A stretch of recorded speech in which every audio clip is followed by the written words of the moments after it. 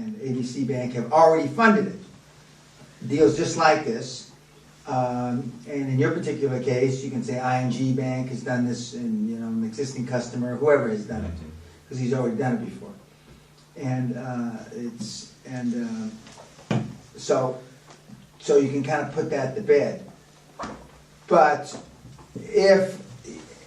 even though she said it's none of your business, the 5 lending limit, most of the financial institution won't do that. They'll either say, I don't know, or they'll give you some number that's bullshit, or they may possibly give you a number that's accurate, but they don't really know. Because virtually nobody asks what the lending limit is of the bank, and very few people, secured, unsecured as we discussed, and very few people will ask what the personal lending limit is. Those are the first questions out of my mouth, and I used the example up here many, many years ago. I was the chairman of the fastest growing construction company in Scotland.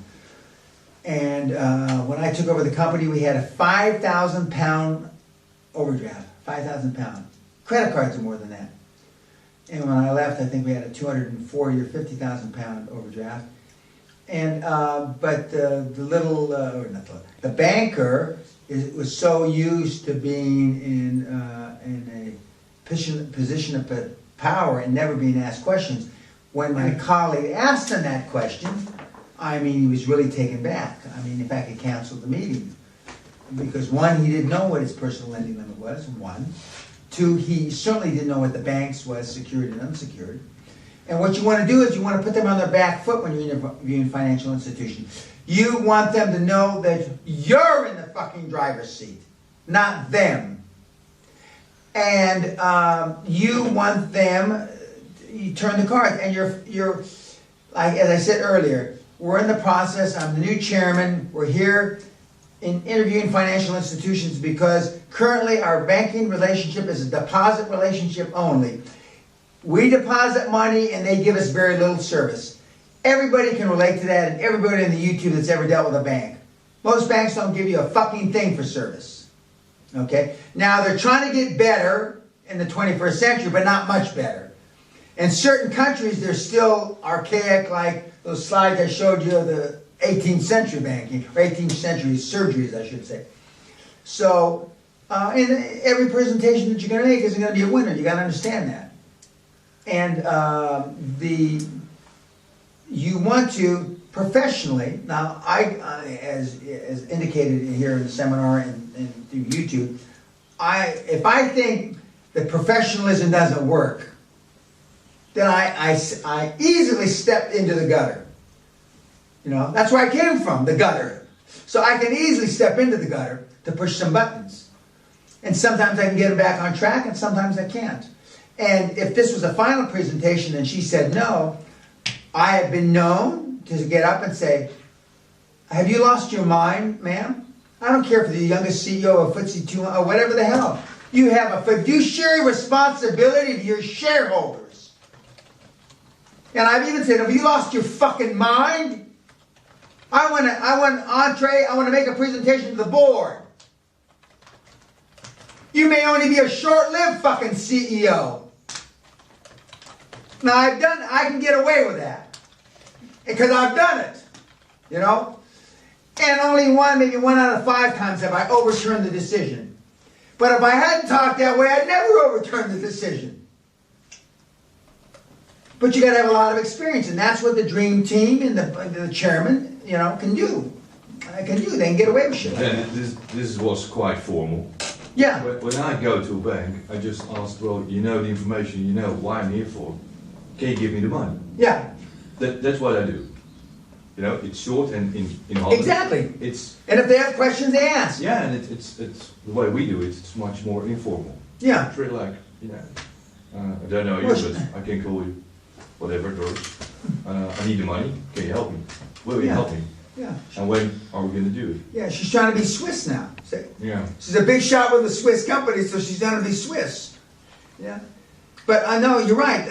I do the same thing. I send them the executive summary. It's got just enough information to perhaps whet their appetite, and then we get into the short strokes. I mean, we need the money, and that's it. And and the system you used before worked then, it'll work now.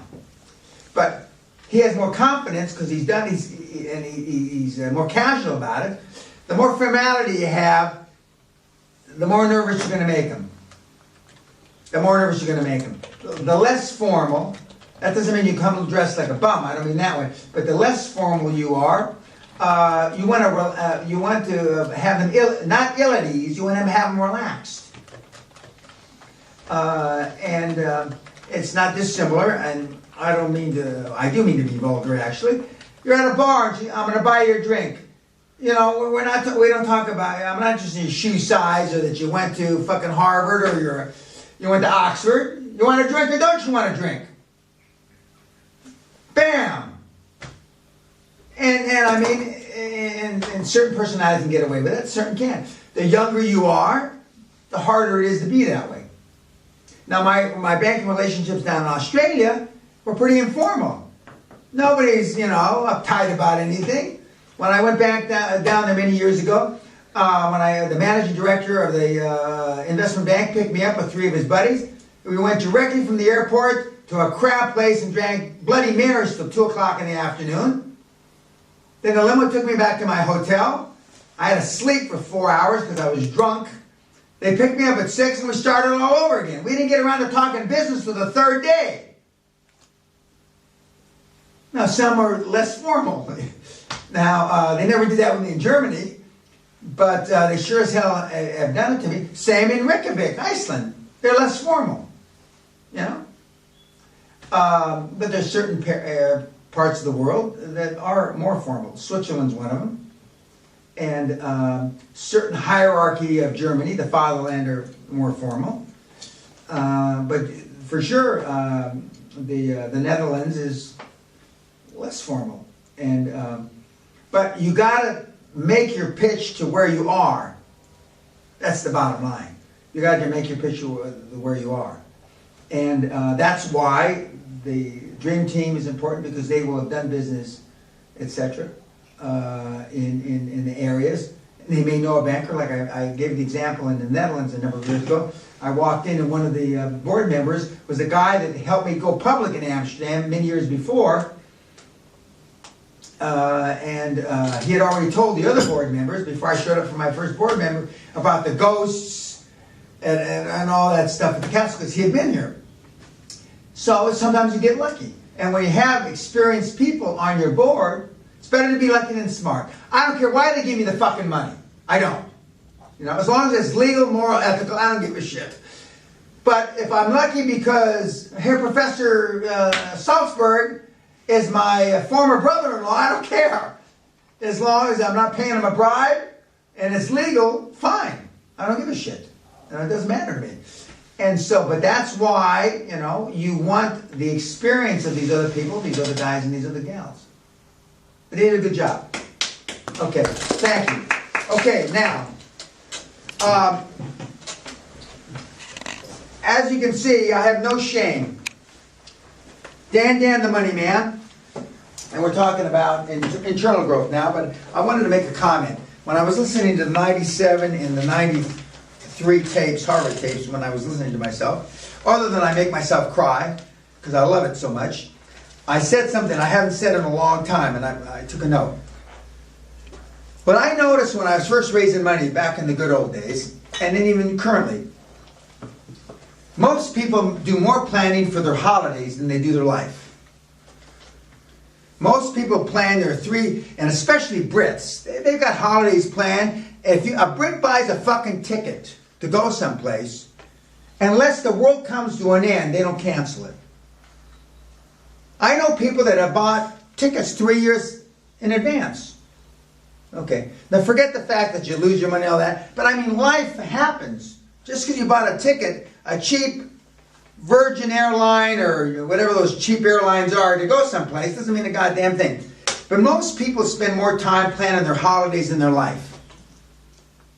Now that's a sad commentary. It says a lot of things, none of which are good. Other than it's easier, it's less stressful to plan your vacation or holiday or ski trip, etc., than it is to plan your business life. It is. Because a holiday maker will sell you a ticket whether you're a bum or you're not a bum. A holiday maker will give you a hotel room and he's not even sure you can pay for it. So it's easy, especially with the internet and what are those, those sites that you can make reservations on and Travel sites. yeah, travel sites. And and I've told my kids, and my son just got married here about 8 days ago, and this small exclusive wedding for our immediate family. But spend more time on your future than your holidays. And the reason why, again, that you spend so much time on holidays is because it's easier. It's less stressful. Now, I made the comment to the seminar about an hour ago. This newspaper is a headline from 3 years ago. I used it at the seminar 3 years ago. And you will notice the headline could have been written 4 days ago. It reads,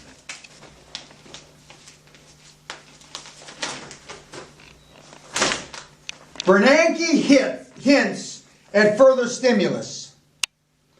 This is dated October 17, 2010, from the Financial Times. He just said this 4 days ago. Nothing's changed. And we're still pumping in the United States $85 billion a month in the stimulus package. And I've just gone through a bunch of charts showing you, since President Obama took over, not just Obama, but the last 3 or 4 years, we pumped an inordinate amount of money into the financial system with nothing backing it. Okay. For the people that are watching and for you guys that are in here at the seminar, the system works whether they're pumping money into it or they're not pumping money into it. The real speciality I have, and the reason I have this place here in Scotland, is that I was able to do it with no money. So notwithstanding that the government or the financial institutions are flush with cash, even though they don't want to turn it out or loan it out, the system is based for people that have no money, zero money. And it still works. And so that's what the seminar is all about. Now we're just completing our third day. We've got a couple days more. And we'll have a graduation. But it's important to realize, and again, for all of you that are watching on YouTube, tons of free information on my site. It's, I want you guys to fulfill your dreams. Because yesterday's dreams are today's realities. Tonight we eat dinner home, right? We're having dinner. Cocktails are at 7:30. I see you. But then you. Yeah, okay.